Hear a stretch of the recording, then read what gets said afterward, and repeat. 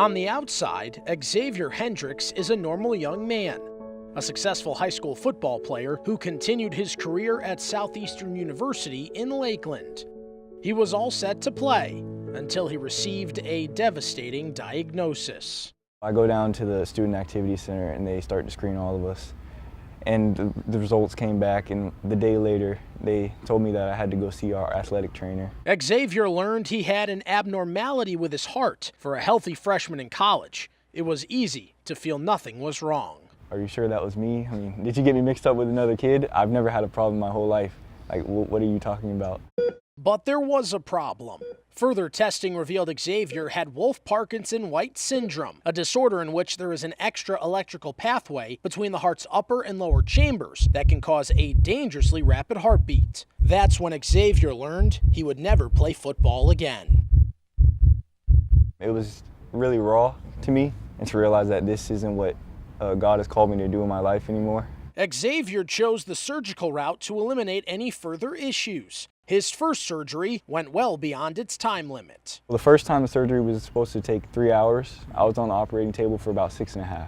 So that was pretty scary to my family waiting in the waiting room. Scary didn't begin to describe the emotions felt by Xavier's mother, Mary Ann, who remembers waiting and waiting for her son's surgery to end. There's this monitor that you can look up and see the different stages of the surgery, and he kept being in procedure and being in procedure. The surgery would be deemed a failure, as doctors were unable to get to the tissue.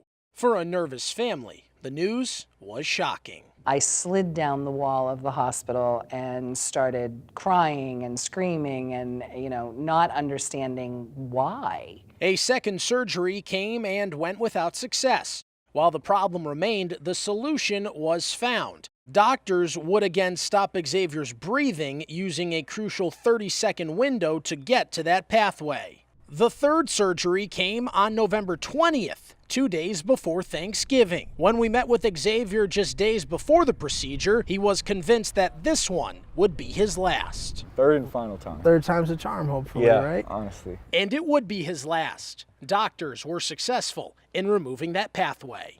Xavier was home for Thanksgiving, thankful for his health. Xavier and his mother both agreed that since his problem was fixed, it was time to fix the problem within high school and college athletics and make sure every student athlete is given an EKG screening for just $15 per test. That money was money that I can't even tell you was so well spent.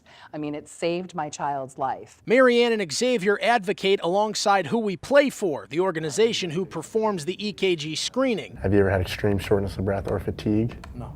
Its executive director, Evan Ernst, showed how easy the testing is by performing it on me. We as a society failed you. You should already had this test a couple times throughout your life. It has become Evan's mission to help save lives after seeing tragedy up close on a soccer field in Cocoa Beach. And my little brother's best friend died on the field with us from a detectable heart condition, missing his physical. Sudden cardiac arrest is the #1 killer among young competitive athletes, with a death occurring once every 3 days. Evan has traveled across the country to talk to athletic directors and spread awareness. We caught 11 heart conditions.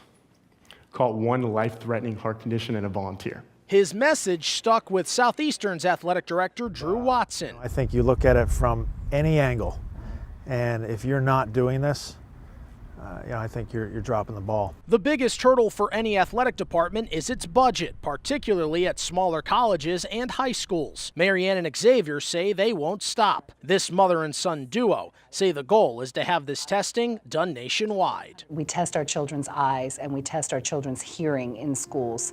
Well then, my goodness, we need to be testing their heart. Make that domino effect in Florida, and hopefully those other states will see that, and the whole United States will be able to make sure that's a requirement. Last year, Xavier Hendrix's world was turned upside down. Now, with a new lease on life, he hopes to help save other athletes by speaking out from the heart. For Spectrum Sports 360, I'm Chris Torello.